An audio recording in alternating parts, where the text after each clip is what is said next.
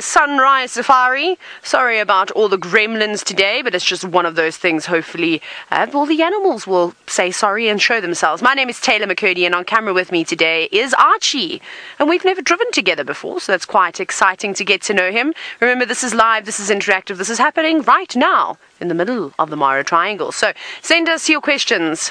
Did I say that already? No, hashtag Safari Live. I couldn't remember, of course, if I'd actually said that or not. And then, as most of you know, for the regular viewers, you can also chat to us via the YouTube chat. Now, I think it's a great way to start the day, misty mornings. I haven't had a particularly misty morning just yet. I think this is the first time. Is it? I've had one before, but it wasn't as pretty as this. And a big herd of elephants have already been making their way down the escarpment and now going through the tall grass. And there honestly could be a pride of lions sitting in this grass somewhere, but I don't know. We've heard them roaring most of the night. I assume it's the Angama pride, and they disappeared into the forest yesterday. I spent most of the night searching for them, but they were not playing along. You know what the animals can be like sometimes, but they need a day off here and there. At least the elephants have come out to play. Now, I feel a little bit sorry for these little elephants. How on earth can they see over that tall grass, especially some of those small ones? I think they're going to have to sort of use mom or older siblings as a guide and maybe hold onto their tail every now and then as they go through. Now, Julia, thank you for the comment this morning. You win the prize. You're the first comment that's come through. You've said that it is beautiful and you love the elephants. Well, they're my favorite animal, so I definitely enjoy spending a lot of time with them. It's just a pity that they're so far away from us, and I always talk about it. The other day I was going through some of my videos on my phone, some old stuff, trying to make some room, and I came across some really cool elephant videos from a long time ago, from when I first started working in the Sabi sand, so in the beginning of 2015. And it was so amazing just to see the interactions with the cars, and I really was so sad that we don't get this similar interactions. I've had a couple come quite close to the car, walk past, but not really acknowledge me. And then, other than an elephant bull youngster, you know, getting a bit frisky and trying to show me how big and strong he is, and then I have to bruise his ego by shouting at him. Other than that, and them getting quite close to the car, that's really it, I'm afraid. But there they are. But now what we're going to do is we're going to carry on along this forest road. Brent has also got the same idea. I think he's trying to race me and try and get the lions before I do. So it'll be quite interesting to see who gets it first. I wonder. Okay, so I think that they're down here somewhere. I wonder where Brent thinks they are, because he came down exactly the same route that I did. And well, speaking of Brent, he's not too far away. He's just in the distance. Let's jump on board with him. Good morning and welcome to the Brent and Batman mobile. And who's ready for some misty Mara morning adventures? We are. And remember, hashtag Safari Live if you have any questions for us. It is an absolutely gorgeous morning here. I do like a good little bit of mist, and hopefully we're going to find some wonderful creatures in it. And I haven't really got a plan this morning. And as Taylor said, the lions were roaring towards the edge of the forest, and I'll leave those lions for Taylor to look at. I think we're going to plunge ourselves into the mist to see what's hiding down towards the Mara River. And hopefully we have not just lions, but leopards and elephants and hippos and rhinoceros all hiding in the mist, as well as some birds. It's a good birding morning, nice and cool, and when the mist's here there's almost no wind, so it's very still, and that always helps with the birds. And because it'll stay cooler for a bit longer, the birds stay active for longer. Paula is wondering, did I cut my hair? No, I did not, Paula. I am sporting what is called, by the young folk these days, a man bun. I have sported a man bun a few times over my Safari Live career, and I can't remember who it was, but I think someone quite amusingly dubbed me the Safari Samurai at one stage. But no, it's getting a bit long. There's no reliable hairdressers out here in the Mara, so I decided I would just tie it up for now.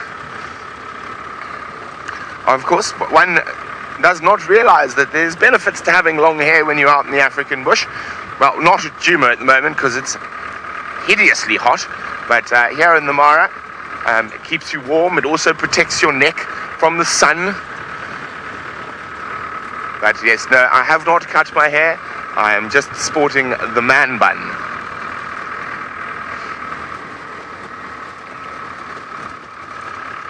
Now, always a good spot to look for rhinoceros in the morning as they move between the different forests. And I would love to see a rhino in the mist. I think that would be spectacular.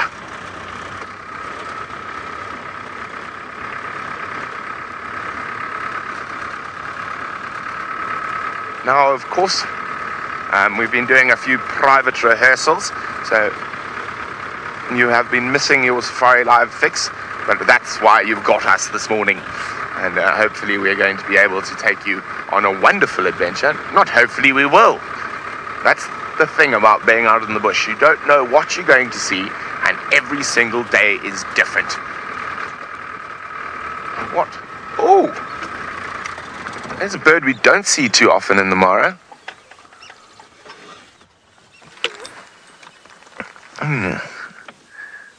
It's an African... Wait, is it an African grey hornbill?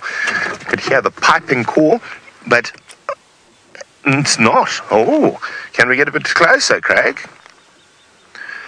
Ah, now there's a good one. Who can tell me which hornbill that is? Hashtag Safari Live. Now it's got a very distinct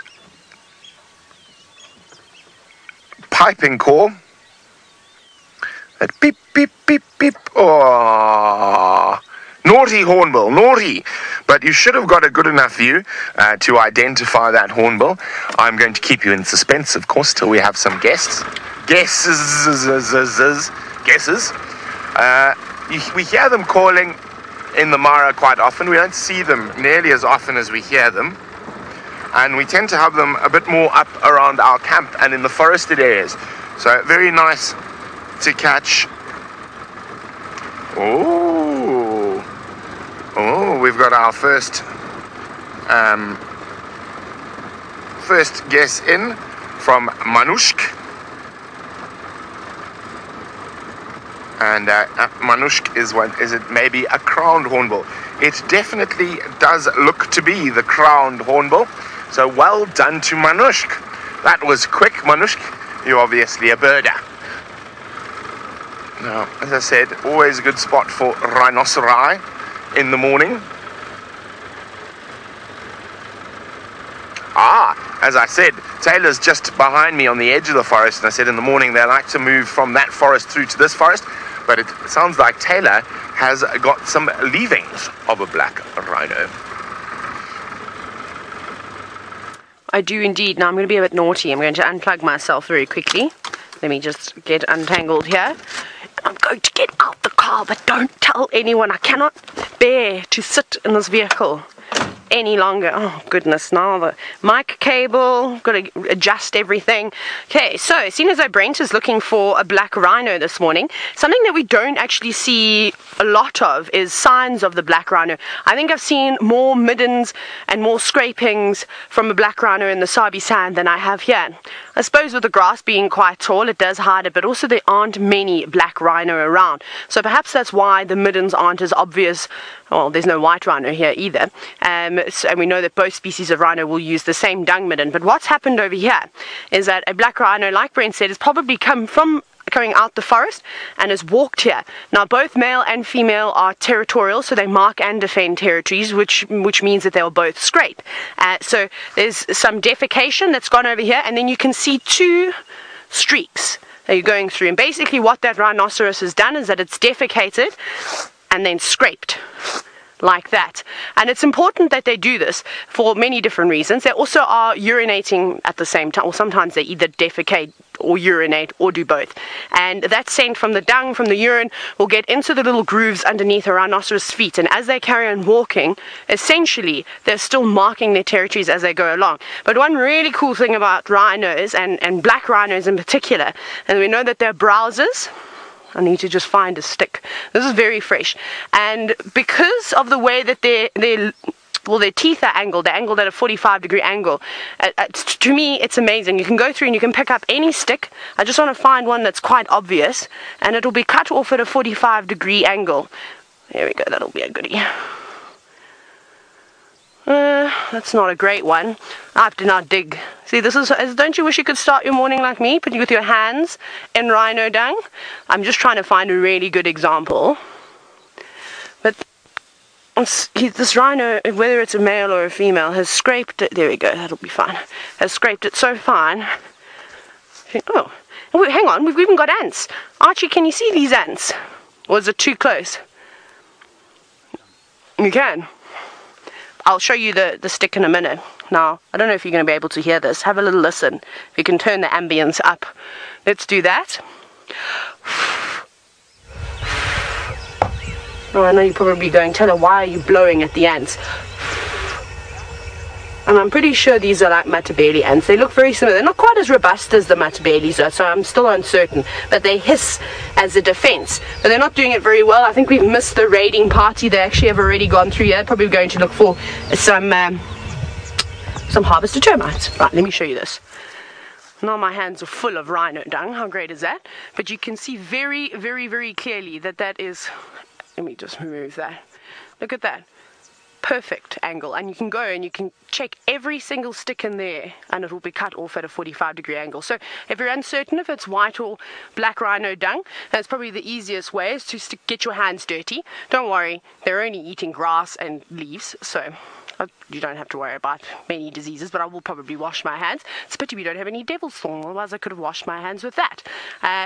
And you can go and have a look at the sticks. And with white rhino dung, the dung is a lot more fine, lots of grass. Obviously you're not going to find these big bulky bits, because black rhinos eat the leaves, they eat the stems, they eat the branches, all of those things.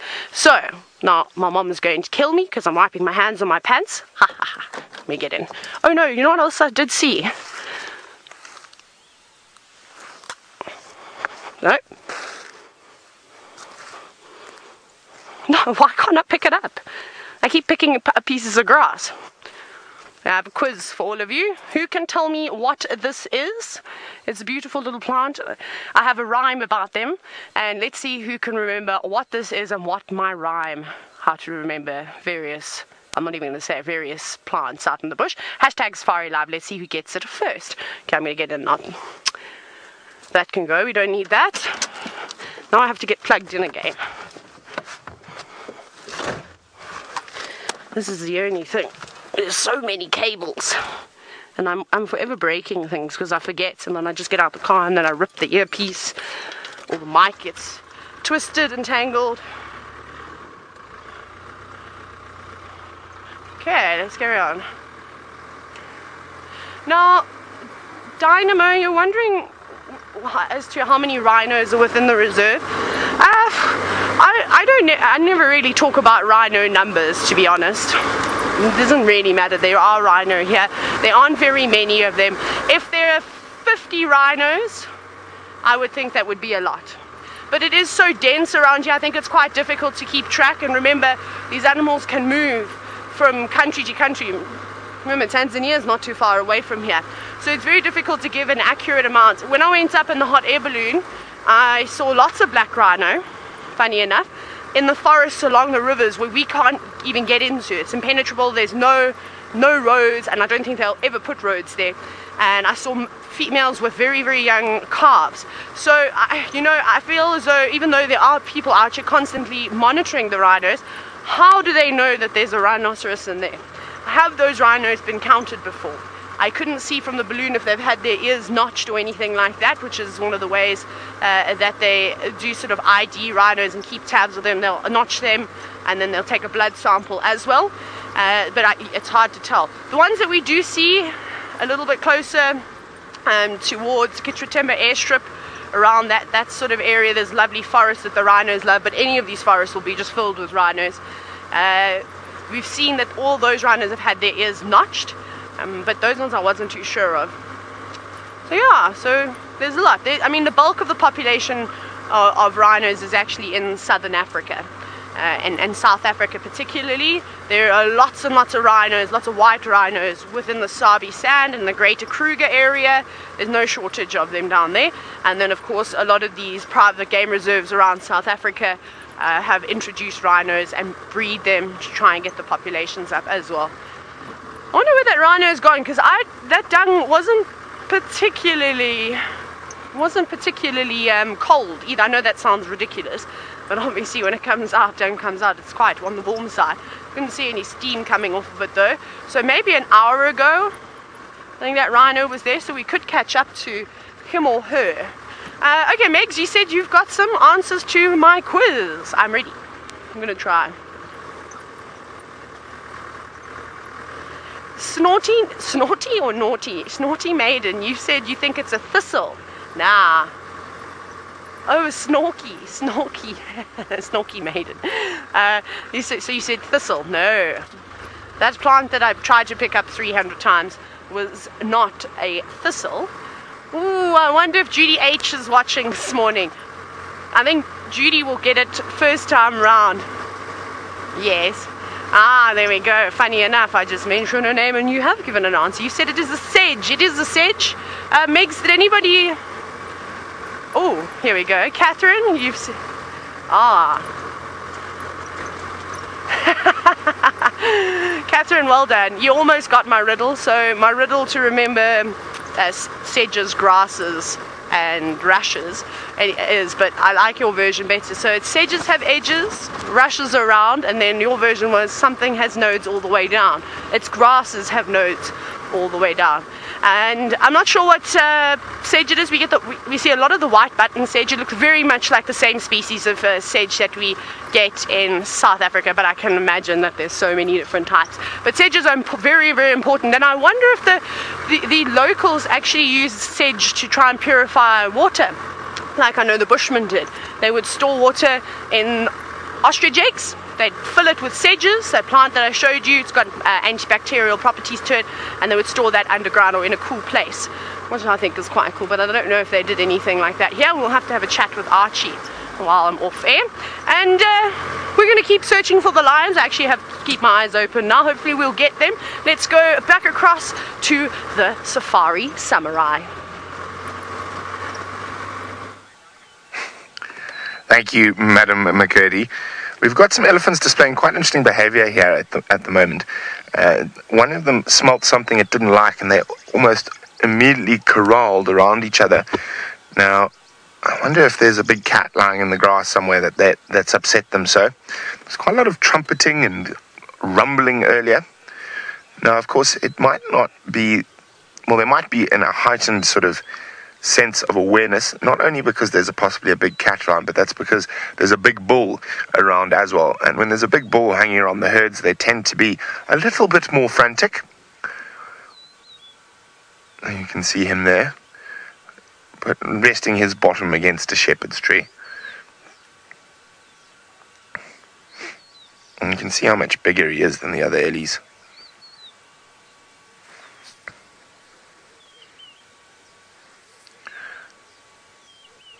Isn't that beautiful? Now, as I said, some of the cows and youngsters looked a bit upset, but he is as placid could be. And he could definitely be causing quite a bit of their alarm. There could be a young female coming into estrus that he's chasing about. I imagine it must be quite daunting for a female elephant as she first comes into estrus to be chased around by 6,000 kgs of hormonal elephant bull. Oh, it is a beautiful sight though, of them moving through the mist, forest in the background.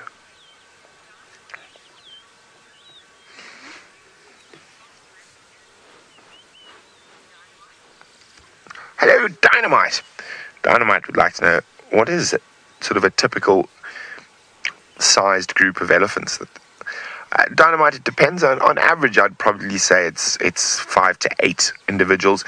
You'll have 2 or 3 adult females and their various offspring. Now, those are little family units. Now, you can get very big groupings of elephants, up to 60 or 70. Sometimes that'll be sort of extended family, cousins and second cousins, and they'll get together for a little chin wag, and then they'll split off into their smaller family groups again. And it all depends on resource availability as well. So in a place that's quite dry, like Botswana, and where the animals are forced into certain areas during the dry season, like along the Chobe River, you can see thousands of elephants all together. However, they're not all part of the same herd. There'll be many different herds making that up. It is just so wonderful and peaceful to sit and watch the ellies. Now, they've all calmed down. Pandemonium and panic is over. You can see how long the grass is getting and how quickly it is, because some of the little ones who can barely see now.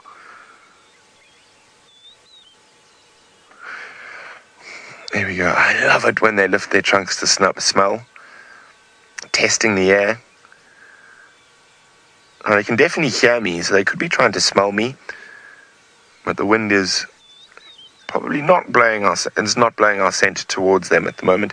There is almost no wind this morning, and that's due to the mist.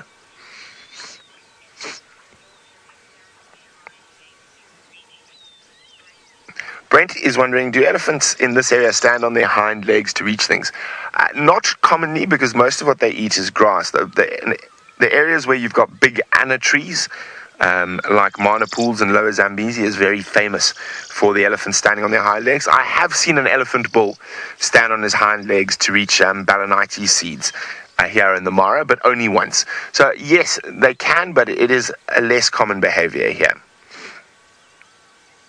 Well, the elephants are nice and calm now, so we're going to leave them to carry on with their morning, and I'm going to meander further down the road towards the river.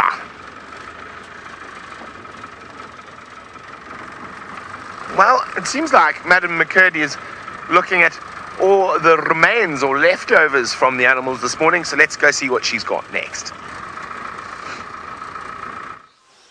Well, seeing as though you were talking about elephants, Brent, and standing up on their hind legs, I don't think the elephants had to do that to reach this plant.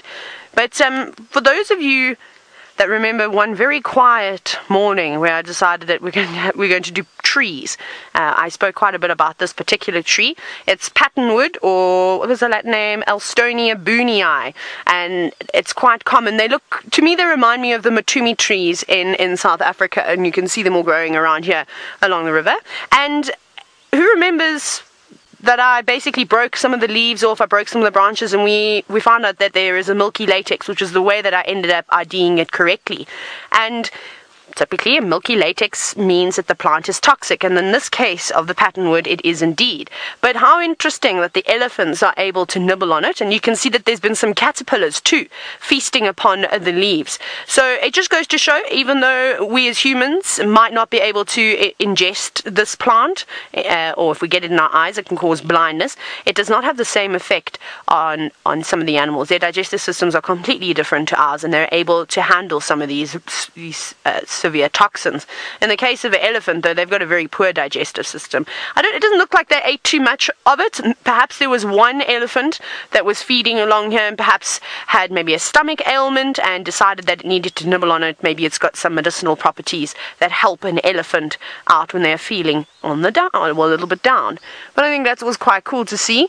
And I'm wondering what species of caterpillar is feeding on the trees. I mean, typically maybe something like a monarch, something that is toxic, that uses another plant's toxins to its advantage. Be quite interesting to find out, but it doesn't look like there's anything wriggling around on there at the moment. But you'd have to get out, you'd have to turn the leaves over and have a proper look to see what is actually feasting upon them. But very cool though. I like these trees. They're great shade trees. But anyways, let's carry on. I'm still not certain as to where the lions have gone. Let's go see.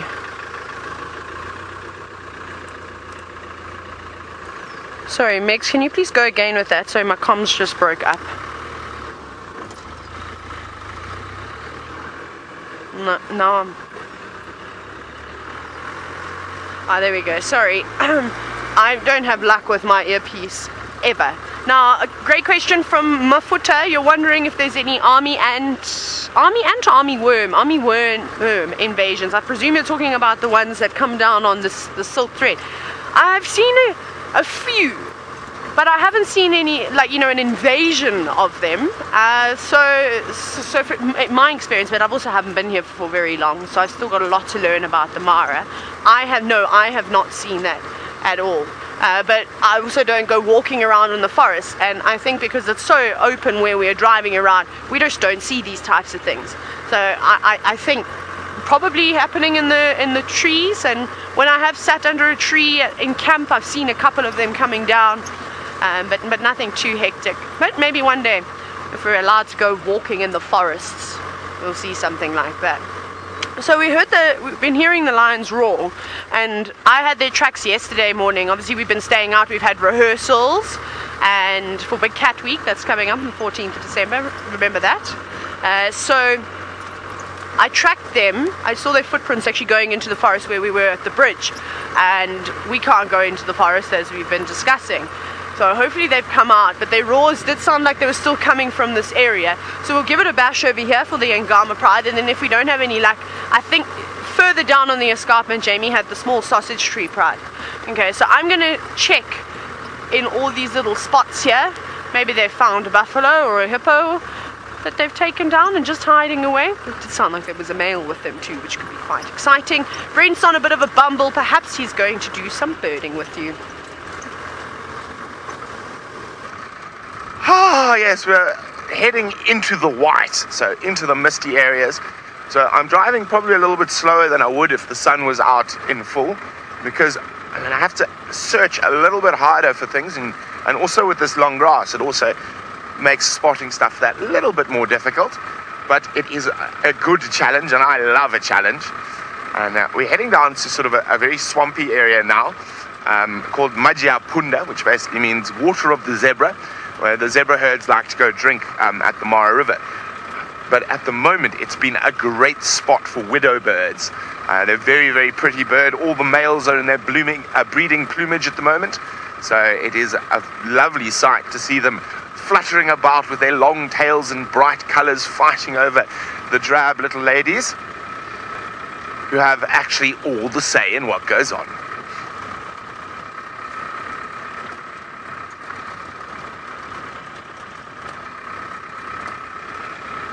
Now, Mita, who is 8 years old. Hi, Mita. Nice to have you on safari with us. Mita's a regular viewer, so we get lots of lovely questions from Mita.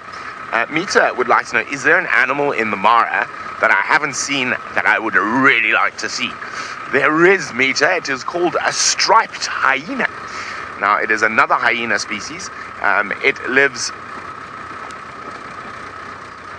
generally towards Sekanani and Ulamuntia areas where it's a bit drier, there's a lot more hills, and also the spotted hyena population is less than down here on the open grass plains. So they are in direct competition with spotted hyenas, who are bigger and stronger, and give them a hard time. So, hello Ellies. We're going to keep moving, we're going to look. Yes, you keep eating away. Lovely herds of elephants. The elephant herds are just everywhere at the moment in the Mara. And as Mita, it's a striped hyena. I did see one of the animals that I was missing from my Mara list recently. I suppose we hadn't counted. It was just after I left Talek Gate one night. And it was between Talek Gate and Talek Town. There's probably about 500 meters. And I saw my first honey badger in the Mara. And I'm pretty sure it was on its way to do what honey badgers can do quite well, which is rummage through rubbish. They can cause a big mess when they do that, but they love a good bit of rubbish to play in and eat. Now, I've had some interesting times with honey badgers. So, where was I? Oh, no, it was while just after I moved back from Gabon, and before I started at Safari Live. My brother's house wasn't finished being built, and my brother and I were going to live together there. So we were staying at my parents' house on a game reserve just outside Hoedspruit, And they were also doing some renovations. They were adding on extra rooms to their house. And my dad was building his office, because he planned to now work from Hoedspruit in the bush rather than from the cities or wherever he had to be. And so a lot of our stuff, because the building in both places, had to live under an open garage where the cars park at my parents' house while the building was going on. And is there a car behind us, Craig? Or was my ears playing tricks on me? No, ears playing tricks on me. And it must have been about 3 a.m. one morning. I heard this horrible ruckus going on where all our stuff was being stored while we were waiting to move into my brother's house. And off I went there in my shorts. As you know, the Lowveld is wonderfully warm at 3 a.m. And there was a honey badger that got into one of my big black boxes, and there was nothing edible in it. And this honey badger was basically just digging through my clothes and spreading them all over the place. So I went and got a broom and started arguing with the honey badger, trying to push it away. And they make some very strange noises when they're irritated. And it was...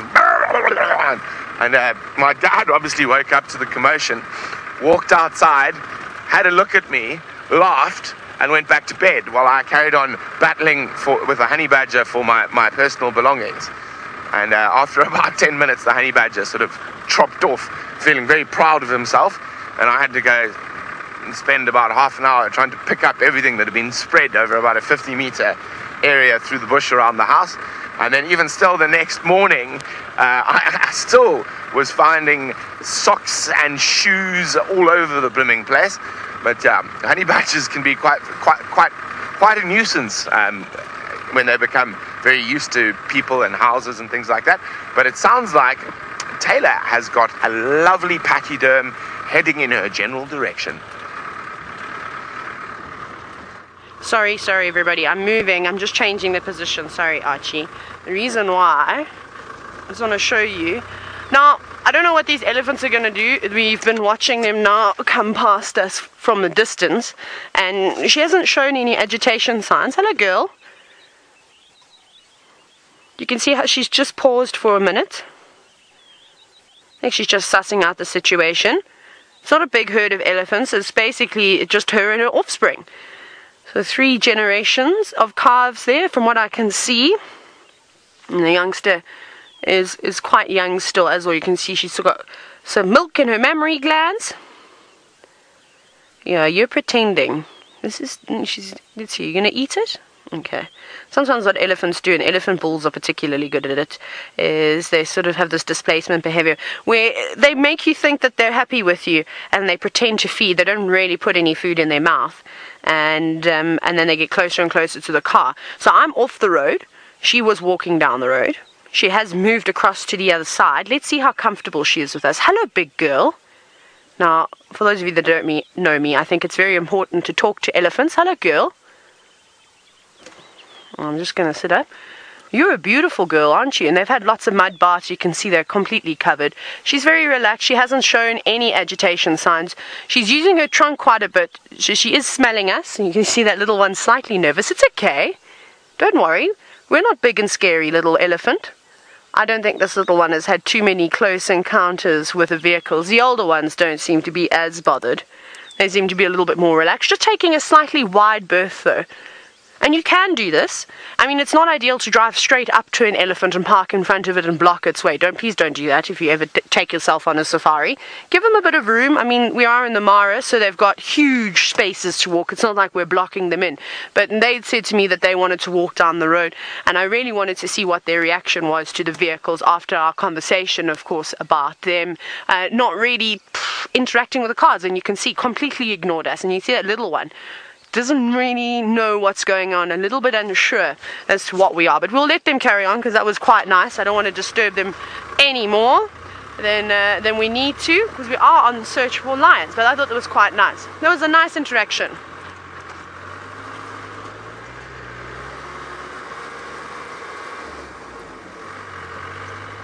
Right, let's scan around here and see what we've got.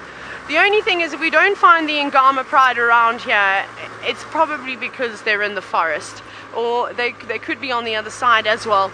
It is tough though trying to check all the areas on your own, and I haven't seen too many vehicles out this morning. I would imagine this would be the most perfect day to go on a hot air balloon safari. There's a very, very gentle breeze, and of course with the mist is now lifted, which is not, it wasn't much of a sunrise, but there were some pretty colors in the sky at one point.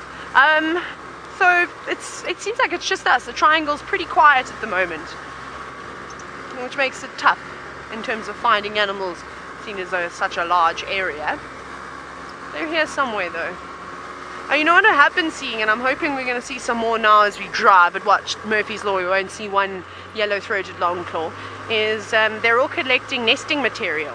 And I'm going to put this on my list of things to see. I would like to try and follow a female and a male that are collecting nesting material, and actually go and see where their nests are. And it wasn't nesting material in the sense of bits of grasses, so they make a cup nest in the grass.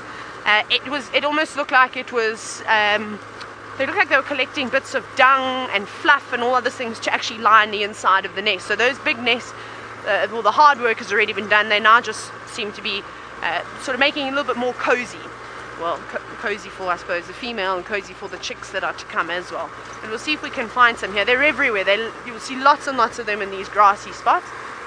And there's some mannequins also flying about this morning. I don't know, about 300 different types of larks, and I can't tell you what they are. They all look the same to me. It's all my favorite is having a look at the book of the page with larks.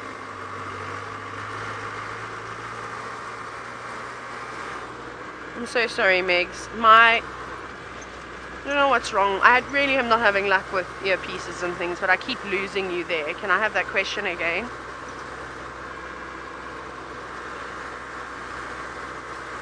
Ah, okay. William, you said, we know that everything eats something. Can we see what eats a termite?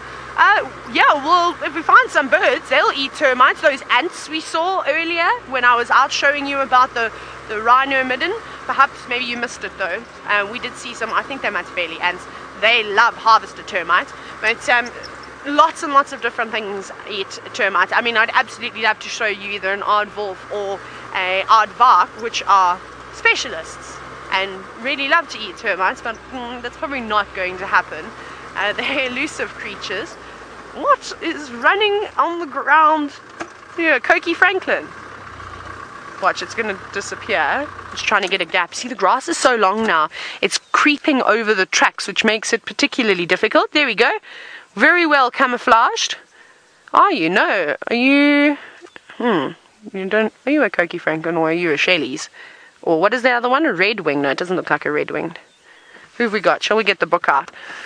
Oh, this is the hardest part, coming back from leave and trying to remember all those birds, but it does have the markings. Maybe it could also be a female Cokie Franklin. Oh no, we've got to do this. We have to find the name of the bird in the back of the book, and because it's my Big Africa book, it might take a while. It's using the freeze technique at the moment, standing very still. I think it thinks we can't see it. What did I say? We need to go to the F's. Where are you? My eyes don't seem to be working very well. Here we go. Let me just quickly go 120 right at the beginning of the book. Okay, and then we'll have all of them over here. Okay, so it's not the red-winged. I think it's definitely a female Cokie Franklin. Yeah, let's have a look here. At number 3. So they're fairly common. We do see them all over, especially in the Sabi sands. So this is one we're looking at, number 3. Now, we saw that there was a bit of white on the face as well. So you can see on the right-hand side, that is the girl. I think that's exactly what we're looking at, is the female Cokie Franklin. The male's got a completely orange head. But they're beautiful birds. And let's have a look at the next page. Sorry, I just want to show you the Shelleys, which is up here, number 3. So you could, I think it's the female.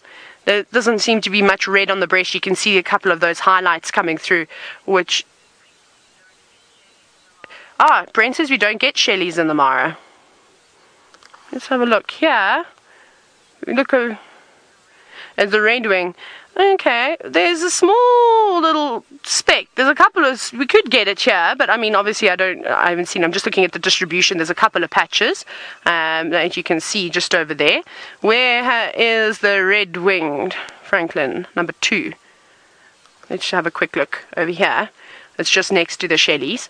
So you can see similar, but what is quite noticeable, maybe we'll be able to find one today, is this red all around the neck. It stands out quite a bit, and the Koki doesn't really have that at all. Okay, so just so Brent's saying we don't get the Shelleys. That's quite interesting. I didn't know that. Yeah, they could be here. We'll have to see. We'll have to try and find one and prove him wrong. Okay, let's keep looking. Oh, we're getting eaten. Be gone with you midges. Go away. Let's put this back. Yeah, lions. I feel like the lions and the Mara don't like me. They hide away from me all the time. But somebody who does have a lot of luck with the cats is Brent, and he's on his way down to the Mara River. I wonder if it's the Paradise Pride he's looking for.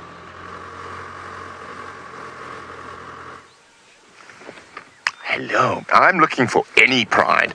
I saw something on a termite mound miles away. Now I've completely lost it. I was wondering if it was a topi in the mist, or was it a big cat? It was neither. It was a bush. Okay. By the way, Mita, who I apologize profusely. Mita is no longer 8 years old. Mita is 9. So happy birthday for when you had your birthday, Mita. I shall no longer be referring to you as an 8-year-old. I shall only refer to you as a 9-year-old till next year. Okay. We're going to carry on here. Now, Julia was wondering, what is the closest? What is that I've ever been to an animal? What is that, Craig? You see that white thing? I mean, zoom a bit more. It is a hippopotamus. It is a live hippopotamus. Obviously, there's a little hollow or mud wallow there that the hippo is lying in. I wasn't quite sure what that was. Okay, there we go. It's a hippo. So Julia's wondering, what's the closest I've ever been to a wild animal? Well, you mean apart from fighting off honey badgers with domestic implements? I've been quite lucky. I've spent a lot of time, the majority of my adult and childhood in the bush, and I've had some incredible close encounters. The closest I'd say is obviously when we've darted something. As a child, I've sat on top of rhinoceroses and elephants while they're having a snooze. But in terms of awake wild animals, and I have lain on the ground and had a pack of wild dogs within 30 centimeters of me, sniffing me. Actually, one of my favorite encounters, I had a particularly bad day some years back, and I decided to take myself off on a little stroll, and I saw this massive elephant bull. So I just sat down under a marula tree, and this Ellie bull came right up to me and actually sniffed my hair, so much so that when he breathed in, my hair stood up. And now, elephant bulls I have such a strong love for, particularly on foot. I spent with my dad a lot of time in northern Botswana with big Ellie bulls on foot. It is a truly special experience to be able to enjoy. Oh, well, you saw a female Koki Franklin with Taylor. There's a male Koki Franklin here, scuttling about. Very pretty. There we go. The rusty bedspring bird.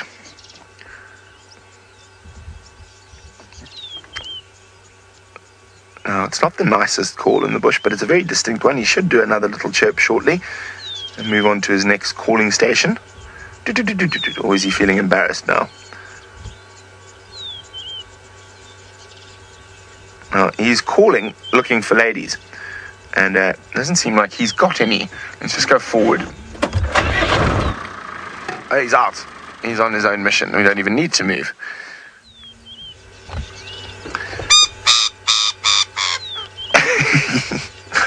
not the most pleasing call in the ears, unlike the red-winged franklin, who's got a much nicer call than the coqui. It suddenly got quite chilly. The temperature's dropped. It seems like the mist keeps running away from us. Of course, it's not running away from us. It's just as we're going slowly through here, it's rising quite quickly now.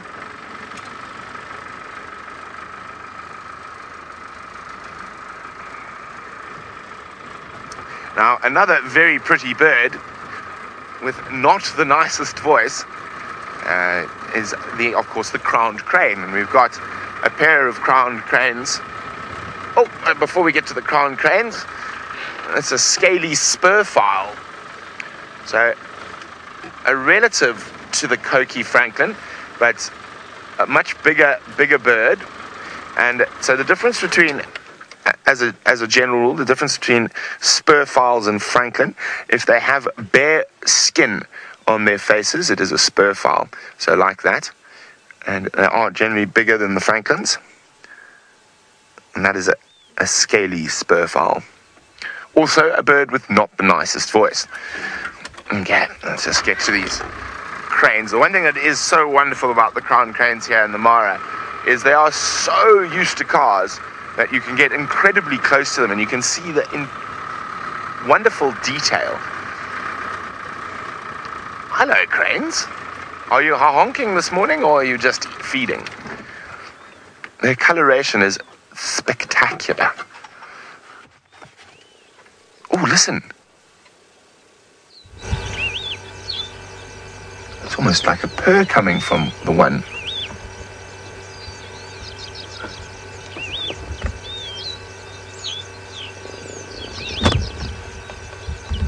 Can you hear that, Craig?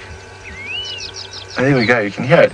That is a strange noise. I have not heard the cranes make that before.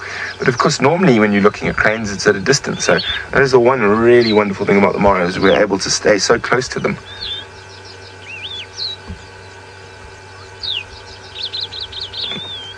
Feeding off all the grass seeds at the moment. Sassy Bee says, I love the crowned cranes. Me too. They look quite sassy. Or snazzy. Like a cross between a fashion model and a punk rocker.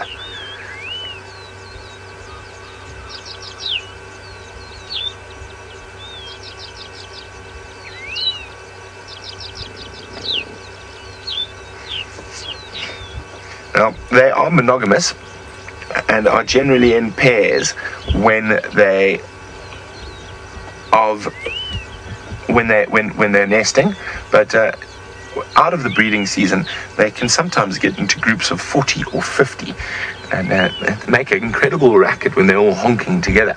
Now Stanley would like to know, what is their hair made of? It's feathers, Stanley. It is specialized feathers on top of their head.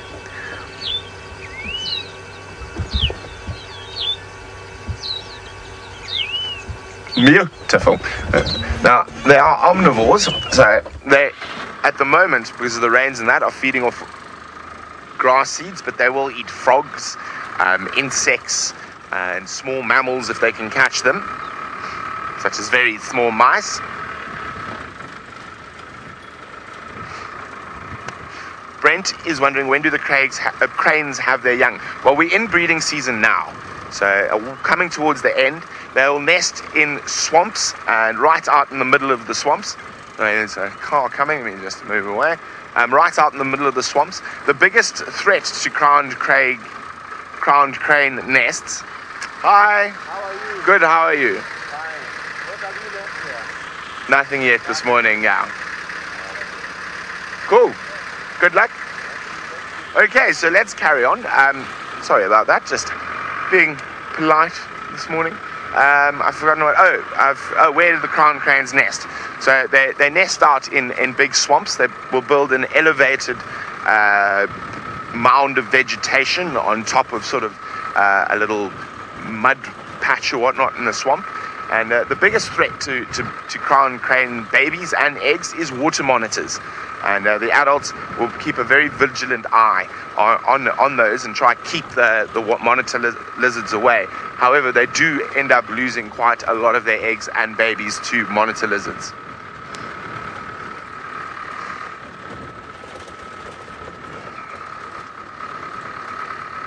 Now, this area, when I first arrived, was one of my best lion areas, the Magoro Pride. We found them thick and fast in this area, and I haven't seen them or had a good sighting of them in a couple of weeks. So hopefully they make an appearance. Now, I wonder if Taylor has left searching for the Angamas and gone to look for a sausage for the breakfast safari. Let's go find out. We're looking for any lions. Sorry, I'm now trying to shade my eyes from all the insects. They're a nightmare, these little midges at the moment. And so now I need to go through this very quickly. This is actually looking terrible. This little lugger. And someone's got stuck, or a few people have got stuck here. And what's happening now is that there are massive rats. And if it gets any deeper, we're gonna sit, well, we'll get so stuck we won't be able to go anywhere, which is not ideal. Okay, let's go up here. It looks like there were lots of buffalo slipping around too. I'm not sure where the Angamas are. I think they might be in the forest, or they could be on the other side, and like I said, I just haven't checked down that way. So we're just gonna continue with the escarpment and see if we can find the sausages. Maybe they'll be lying about. Hopefully they're not laying flat in the grass, otherwise we're just going to drive straight past them. Now there's a question from Maritza about whether there are more visitors during the migration or if it's quite constant in the Mara in terms of people coming to see all the wildlife. No, there's definitely a high season, and that of course is during the migration, so you're right there. And then the rest of the time the Mara is quite quiet. Game viewing is not ideal. In the Masai Mara National Reserve it's better than what it is in the Triangle, because you can just see when we're driving the grass is so tall, the grass is almost creeping into the car, and it's only going to get longer and longer. There's not enough buffalo or elephants and wildebeest and zebras around at the moment. They're going to mow this grass quite short. So we'll have to wait till next year again.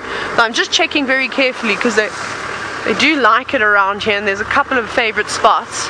Lion Island is not far away from here, and we know that they like to sit on that. That's down on this way, but you won't be able to see anything now. And I'm always a bit nervous about driving around here off-road because of all the wallows that have been created by the warthogs and the buffalo, and we don't want to be slipping in one of those. Now we've got to do my other favorite part, which is this section of the road that is going to collapse. Let's see what it looks like now. Every time I come past here, more and more of this has sort of fallen down. See, every time it rains it fills up. I won't stop, we'll just have a quick look. And so it's eroding, and this road is getting narrower and narrower. We'll take the risk. Hopefully it doesn't collapse underneath us. We'll just go quite wide though.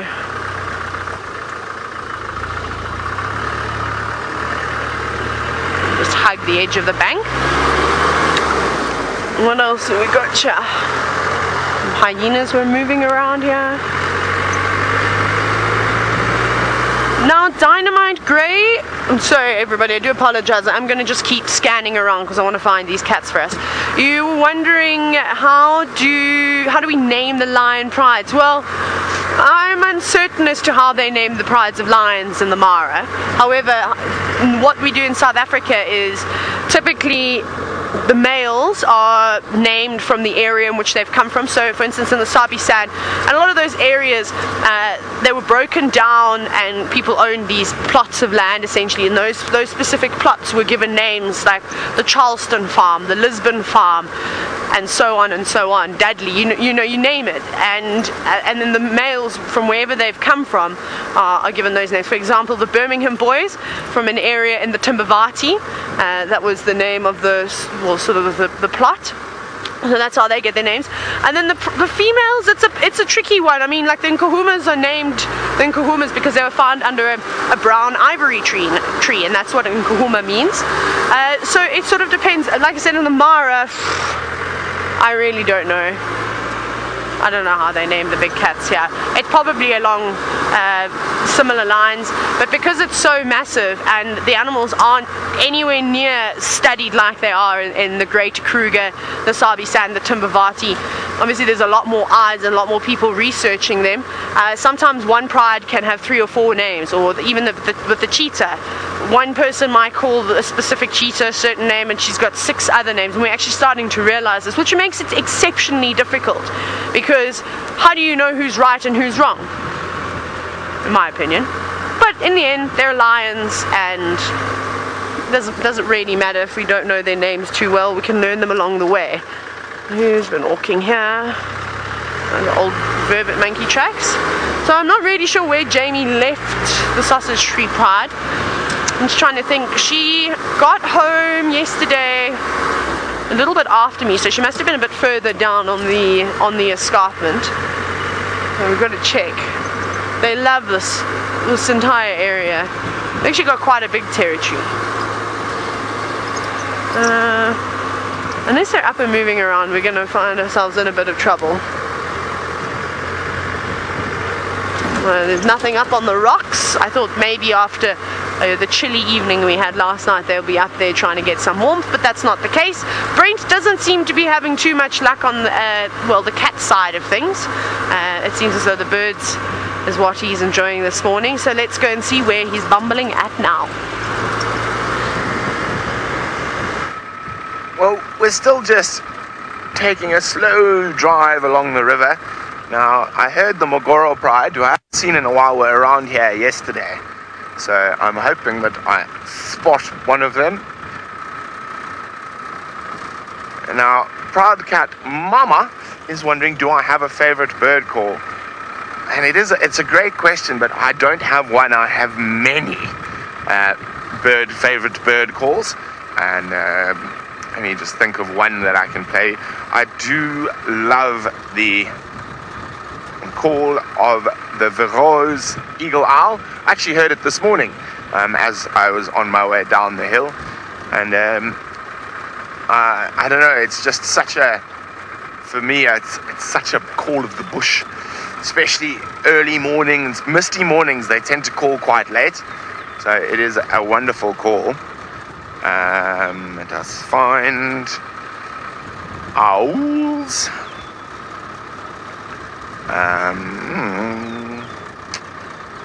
Not fowls, owls. Verreaux's eagle owl.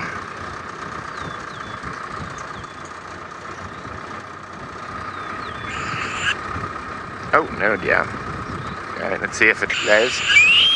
Okay, that's a baby on a nest. That is not a nice call. Sorry. That's a baby begging for food.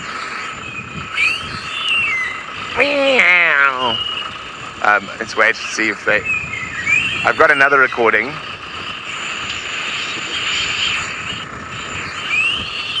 Come on. There we go.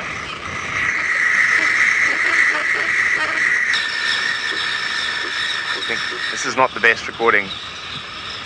All we can hear is the frogs and other nocturnal animals. Wait, I do have another recording though. I think Craig's probably looking at me like, what, you like that screaming noise? Owl. Eagle owls. Verreaux's eagle owl.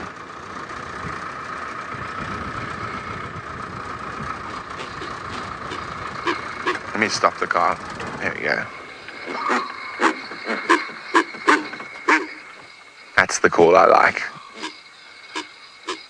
And actually in the background, you can hear another one of my favorite calls, the Scops owl.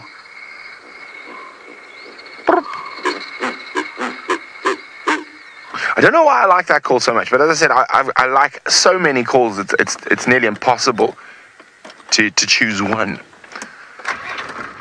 Hello, little tom-toms. Where are the lions, Tommies? Where are the lions? Well, I do find the Tommies very, very pretty, so let's stop and have a squiz at their gorgeous little faces. I love their noses.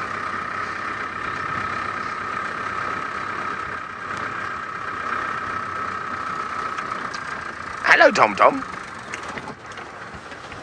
And this female's got quite funny little horns.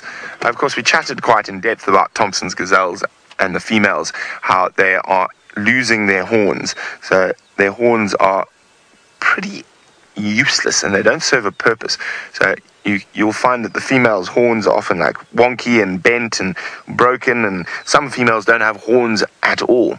So obviously at some point during their evolution, the females needed horns to defend themselves or to fight, but they don't need them anymore. They rely on their speed to get away from animals. The males will retain thick set horns to obviously fight for the females, but the females are slowly but surely losing their horns completely. So just like an impala where females don't have horns at all.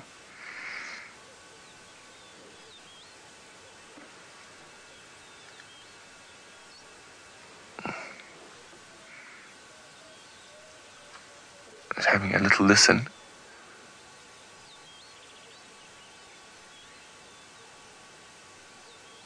Constant call in the Mara of the rufous snapelark, yellow-throated longclaws, emerald-spotted wood dove calling, mayor's parrots. What else can I hear?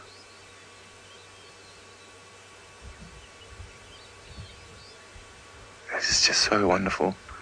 It's so still this morning, which is quite a treat in the Mara because the wind blows often here. There we go, rattling testicular. Kiss, kiss, run away! Ooh, boo-boo. Ooh, let's see if we can spot the boo-boo. Very pretty birds. It's a member of the shrike family. Boo-boo we get here is the tropical boo-boo. There's a pair that lives around camp and often sit in the thick tree right next to Jamie and my tent, and it is wonderful when you wake up in the morning at about 5:30 a.m. and you can hear them calling, and they call in duets. So it's somewhere in this little patch here. I'm just trying to look for a bit of movement. Might be a bit too thick, that so that's a duet. That's two birds calling.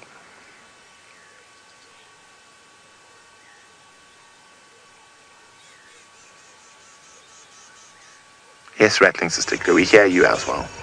But we're trying to listen to the much prettier call of the tropical boo-boo, who's now, of course, all the two of them are now silent.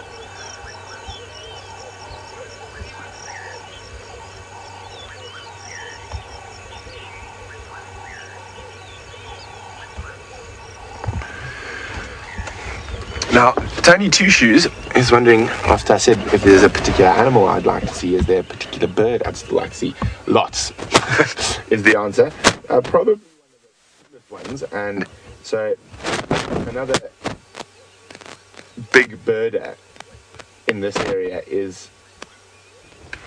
Another big birder in this area is the general manager of Angama, Tyler.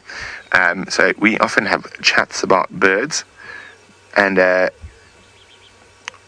he just told me at this time of the year, there's a specific snake eagle that appears that I have never seen before. And so I've been on the lookout for it. Where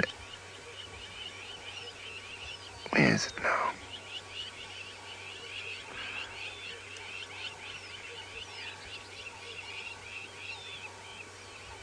And it is a short-toed snake eagle. That's what it looks like there.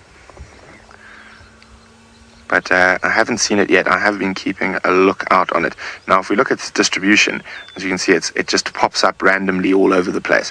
But Tyler says he's seen it every year at about this time of the year when arrives around the escarpment. So I have been keeping a lookout for that.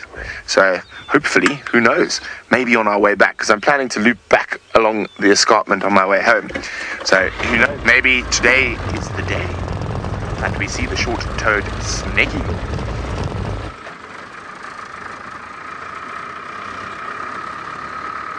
I might do a jig, a dance for joy if I see a short-toed snake eagle today. Now, I've seen quite quite a few birds that I've never seen before since I've been in the Mara. But while I continue to search for things such as short-toed snake eagles, silver birds, and other wonderful feathered friends, Madam McCurdy is looking for something of a more feline persuasion. However, I think in my search for birds, I might find a lion before she does.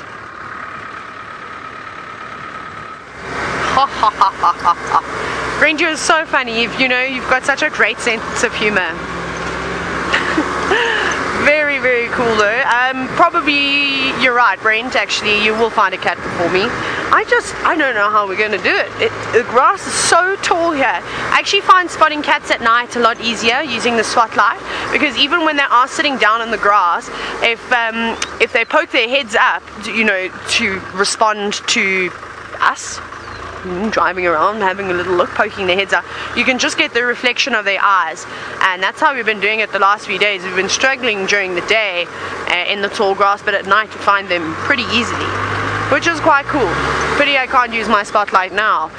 So I can't carry on with the escarpment now because I'm going to lose signal, and that's not going to be nice for Brent. So the Sausage Tree Pride could be somewhere down that side, but unfortunately we're not going to head that way now. We're going to carry on. I'm just thinking, what are we going to do? What on earth are we going to do? I don't know. I think we're just going to drive around until we find something. So we'll head a bit further down this way. We'll check some favorite spots where the lions like to lay around. Maybe the big sausage tree have come back this way. I did have them the other evening, and then they moved towards one of the rangers' posts, also just hiding away where we don't have very good signal, so I had to leave them. And just an update on that, we had a great sighting with Manu and I where we had them trying to stalk the giraffe. Remember, we sat with them the whole afternoon. It was really cool. And we saw that one young male mating with a female. So it seems as though there's two males that are mating with two different females, and it's the older boy and one of the younger boys. And then we saw the third youngster, and he's got a couple of injuries. I think he's been in a bit of a fight, and that's quite normal. Obviously, when there's females that have come into estrus, the boys are going to be battling it out between one another, trying to obviously get mating rights. So two of them have. And unfortunately, no, Megan, are you talking to me? Sorry, I'm not. Sorry. So yeah, so it's a bit sad. So I'd like to see them again because I really want to follow up on the story and see if that other boy gets a chance to mate. He's got a slight limp. He's got a couple of bite marks. It was definitely a serious fight, but he'll be alright. He'll be fine. He even showed some interest in some Oribi the one evening, but they ran away from him. So it's not really stopping him from hunting. And he went from limping to all of a sudden he was fine. Oh, elephants in the mist. This is cool. Oh my goodness, it's like a second wave of mist has come through this morning. That is so stunning. Squeaky squeak. Mila is very squeaky. There are elephants there.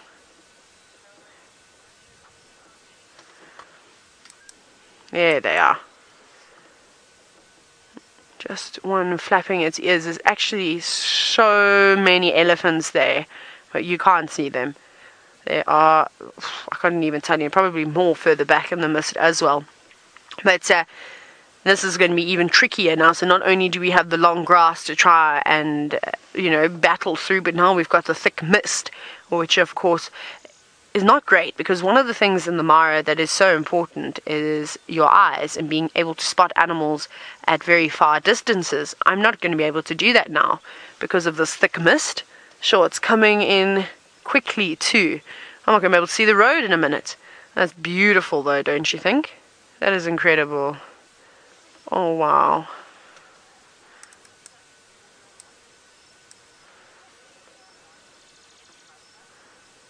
Now, X-Ranger, you're wondering, in misty conditions and sort of low wind conditions, are elephants more likely to put their trunks up?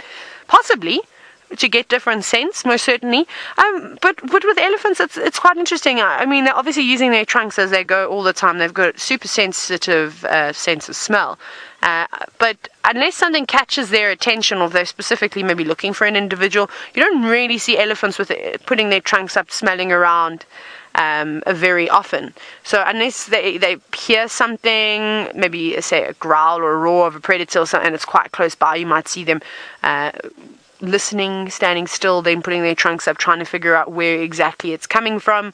And otherwise, or if they come around the cars, they're often quite curious about the different smells that are coming off of the vehicles, and you'll see them smelling around quite a bit.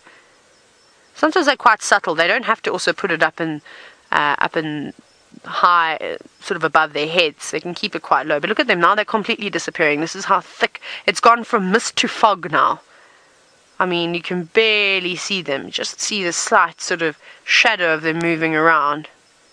That is so beautiful. Now imagine if you were out on a bushwalk and something like this happened. And we've had a couple of mornings on quarantine where we've been, and this is in South Africa, of course, big open plain, just behind the DRC.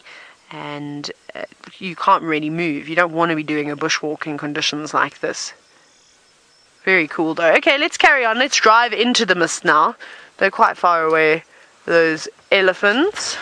One last glance back at the escarpment, but I'm not going to be able to see the escarpment in a minute either.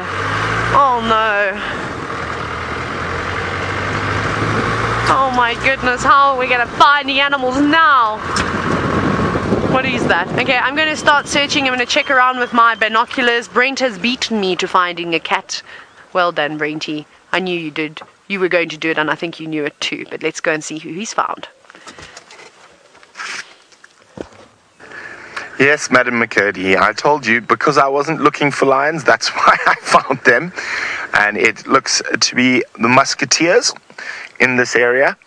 Actually, I didn't find them. I must give credit to the unflappable Batman who spotted them first.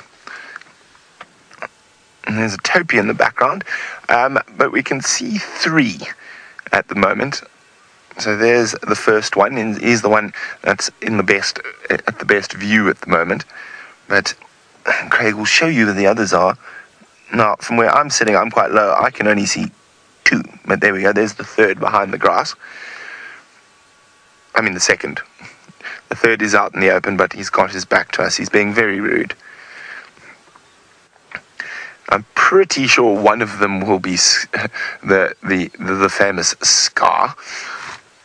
But it's quite, as I say, it's quite difficult to see when they are lying down as flat as that. And they are truly flat cats.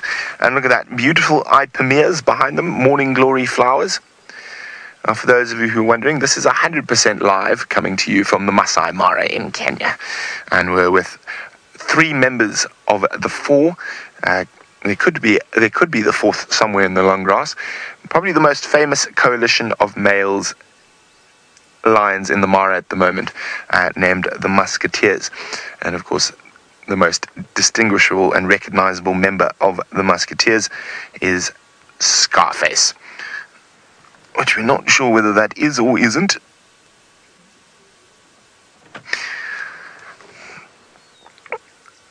I'm trying to think. I wonder if the Magoro ladies are wandering around here as well.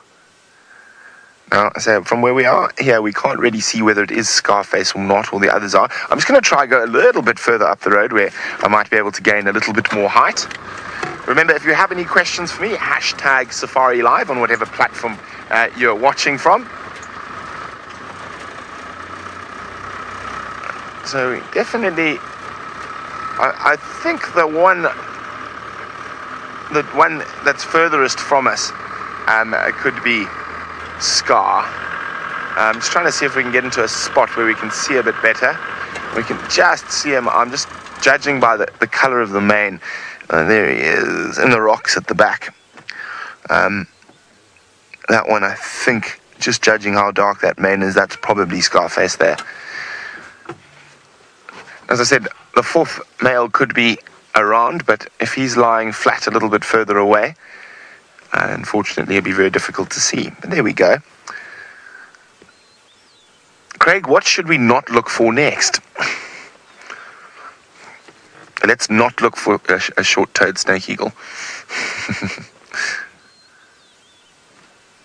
And it doesn't look like these guys are going to get up to anything in the next little while. So I think we're going to toddle on down the road. And those lions are very, very flat and very sleepy. I think I might come back later, see if they've managed to lift a head or two.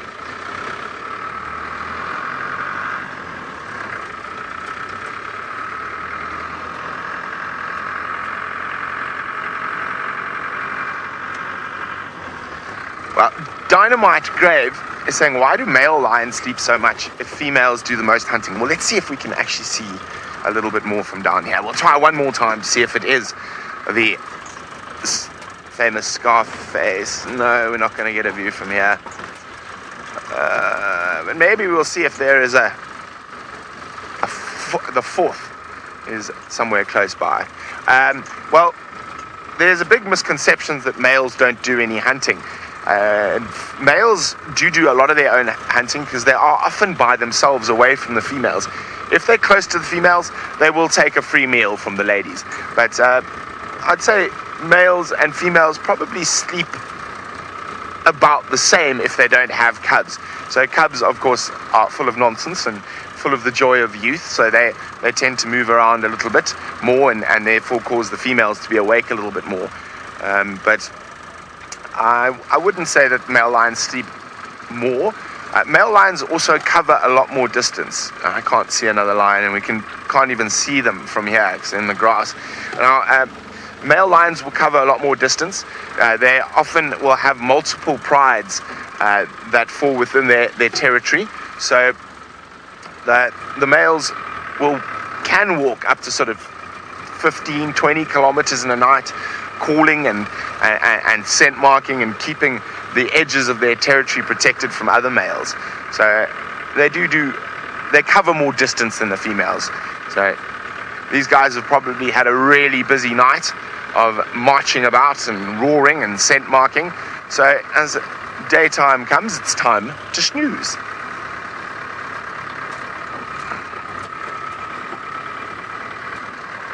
Now let's see if we can find some more lions while we search for our short-toed snake eagle, and hopefully, whoopsie, sorry Craig, they'll be a little bit more active than those boys. Oh, I can't help it. Let's go look at one last thing. One last thing before we leave this area. Is that car behind us moving, Craig? Okay. It is. I'm actually going there for the smell more than anything else. It is one of the most lovely smells in the African bush, and it is that of a flowering gardenia.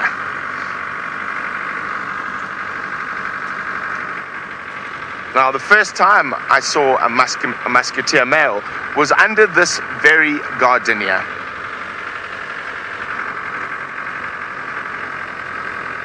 Oh, there's a kite that just flew out of it. Oh, yay. The smell is just so lovely around these trees. Am I too close for the flowers, Craig? Must I reverse a bit? Sorry about that.